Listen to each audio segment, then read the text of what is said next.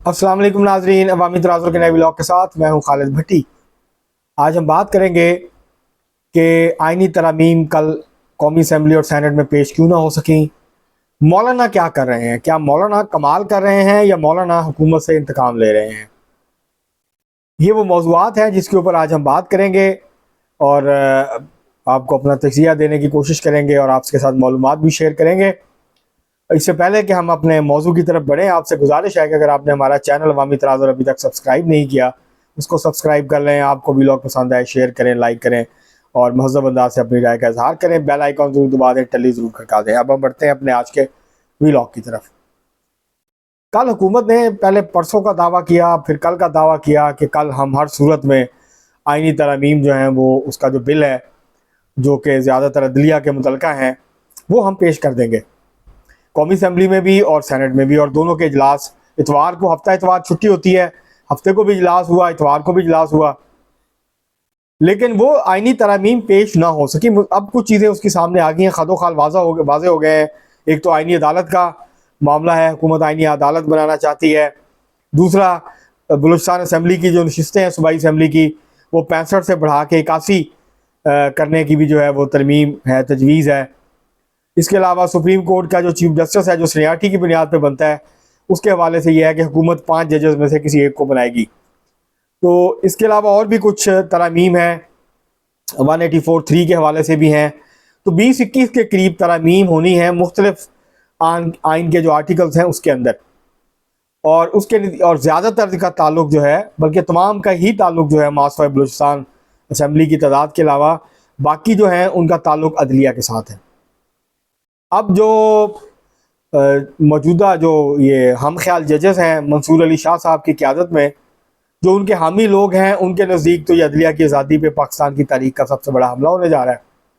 जो उनके मुखालफ हैं या समझते हैं कि वो सियासत कर रहे हैं, जो कि कर रहे हैं, तो वो समझते हैं कि ये इससे पाकिस्तान की जो अदलिया है वो उसकी जो डिवीज़न ऑफ वर्क है वो बेहतर हो जाएगा और सुप्रीम कोर्ट और हाई कोर्ट्स के ऊपर जो सियासी और आइनी मुकदमात का बोझ है, जो कि बहुत ज़्यादा टाइम कंज्यूम करते हैं, उसका बोझ कम हो जाएगा। बहरहाल एक बात मैं नाज़रीन आपको वाज़ेह कर दूं कि इस वक्त तमाम लोग, तमाम फ्रीक सियासत कर रहे हैं। ये पावर स्ट्रगल है, ये ताकत के हसूल और अपने मफादात के तहफ़्फ़ुज़ और हसूल की जंग है, लड़ाई है, जिदोजहद है, कशमकश है। इसमें ना आइन का कोई ताल्लुक है, ना इसमें अदलिया की आज़ादी का कोई ताल्लुक है, ना इसमें अखलाकियात का कोई ताल्लुक है, ना नज़रियात का ताल्लुक है। ये तमाम चीज़ों से भरा है और खुल्लम खुल्ली अब ये पावर स्ट्रगल है जो इस वक्त जारी है। अदलिया ना अदलिया आइन और कानून को देख रही है, ना हुकूमत जमहूरियत और जो है वो आइन को बालादस्ती के लिए काम कर रही है। अब अदलिया भी खुल के सियासत कर रही है, जवाबन बाकी लोग भी खुल के सियासत कर रहे हैं। तो ये अब सियासत का के मैदान में सब लोग जो हैं वो इस वक्त मुकाबला कर रहे हैं एक दूसरे का। अब ये बड़ा डिसाइसिव, ये फैसला कुल मोड़ आता जा रहा है। ये जो सारी सूरत हाल बनी है, हुकूमत को अंदाज़ा है कि अगर आइनी तरामीम पास नहीं हुई तो उसके पाँव उखड़ जाएंगे। उसके बाद हो सकता है 6 महीने, साल, 1.5 साल हुकूमत कर लें, लेकिन ये एक बिल्कुल नातवा किस्म की मरी हुई कमज़ोर सी हुकूमत होगी, जिसको लेम डक हुकूमत कहते हैं, ये वो होगी। और अगर ये आइनी तरामीम हो जाती हैं तो फिर ये हुकूमत अपने पाँव पे खड़ी हो पाएगी और फिर सुप्रीम कोर्ट बैकफुट पे जाएगी। फिर एक लड़ाई खुल जाएगी जिसमें बिल आखिर जो है वो, अगर जो है वो इस्टेब्लिशमेंट हुकूमत के साथ खड़ी हुई तो अदलिया को पीछे हटना पड़ेगा और अदलिया बेवकूफ़ हो जाएगी सुप्रीम कोर्ट ने अगर कोशिश की अपने आप को असर्ट करने की। तो अब ये सारी जो सूरत हाल है, इस आप ये मैं थोड़ा सा पस मंज़र इसलिए बयान कर दिया कि ताकि आप नाजरीन अंदाज़ा लगा सकें कि ये इस वक्त एक फ़ैसला कुल मोड़ है, हुकूमत के लिए भी है, सुप्रीम कोर्ट के लिए भी है, इस्टेब्लिशमेंट के लिए भी है और PTI के लिए भी है। अब मौलाना साहब जो है, गेम जो है वो आ गई है मौलाना साहब के हाथ में। हुकूमत का मुकद्दर अब मौलाना साहब के हाथ में है। हुकूमत की किस्मत का फैसला मौलाना फजलुर रहमान साहब ने करना है। मौलाना फजलुर रहमान साहब इस वक्त सबकी आंख का तारा बने हुए हैं। जो लोग उनको डीजल डीजल के नाम से मुखातब किया करते थे और बदतमीजी किया करते थे, बदतहजीबी से उनका नाम लेते थे, जलसों में उनका मजाक उड़ाते थे सोशल मीडिया पे, वो अब उनके पीछे नमाज़ें भी पढ़ रहे हैं और उनके पीछे जो हैं वो बड़े अदब से हाथ बांध के खड़े होते हैं। यही हालत हुकूमत की है। मुस्लिम लीग नून और पाकिस्तान पीपल्स पार्टी, जिन्होंने हुकूमत का हसूल के लिए, इक़्तिदार के लिए जो पावर शेयरिंग की थी, इन्होंने मौलाना फजलुर रहमान को उसमें से बिल्कुल फारग कर दिया था और इन्होंने बहुत बुरी तरीके से मौलाना साहब को जो है वो अबैंडन किया था। अब ये भी बार बार चक्कर लगा रहे हैं, मुस्कुरा रहे हैं उनको देख के, और अब मौलाना साहब को देख के जो हुकूमती इत्तेहाद है उनके चेहरे खिल उठते हैं। तो अब मौलाना जो है वो इंजॉय कर रहे हैं। कुछ लोग कह रहे हैं कि मौलाना इंतकाम ले रहे हैं। मेरे ख्याल से मौलाना इंतकाम भी ले रहे हैं, लेकिन वो इस वक्त इस सारे खेल से इंजॉय कर रहे हैं, लुत्फानंदोज हो रहे हैं मौलाना। और मौलाना अपने पत्ते बहुत संभाल संभाल के खेल रहे हैं। मौलाना साहब को पता है कि ये कहीं नहीं ना, वो अगर ऐलान करते हैं आज हुकूमत के साथ खड़ा होने का, तो पीटीआई फारग, सुप्रीम कोर्ट भी फारग, फिर ये तरमीम पास हो जाएंगी। सारा खेल जो है वो मौलाना साहब के हाथ में। तो मौलाना साहब इस वक्त करने की कोशिश क्या कर रहे हैं?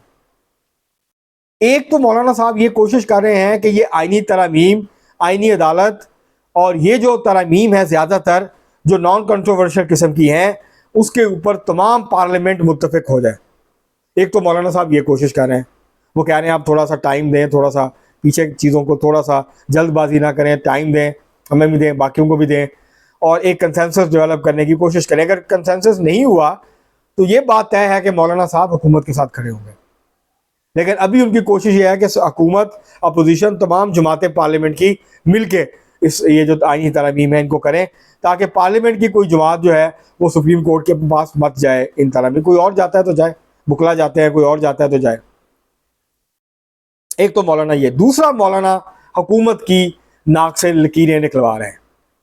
मौलाना साहब जो है वो उनको बता रहे हैं कि आपने मुझे बहुत हल्का लिया, आपने मुझे वो इज़्ज़त और तकरीम नहीं दी जिसका मैं मुस्तहिक था, और आप लोगों का ख्याल था कि आप लोगों के इस्टेब्लिशमेंट के साथ मामला सीधे हो गया, अब हमें मौलाना साहब की ज़रूरत नहीं है। तो अब आपको आई है कोई समझ। अब आप जो मेरे दर पे बार बार आ रहे हैं, मेरी चौखट पे सलाम करने आ रहे हैं, तो अब आप सलाम करते जाइए। मैं अभी, मुझे कोई जल्दी नहीं है, आपको जल्दी है, मुझे नहीं है। और मैं तो बड़े सुकून से, इत्मीनान से सबकी बातें सुनूंगा, ठंडे दिलो दिमाग से मैं तो बैठा हुआ था।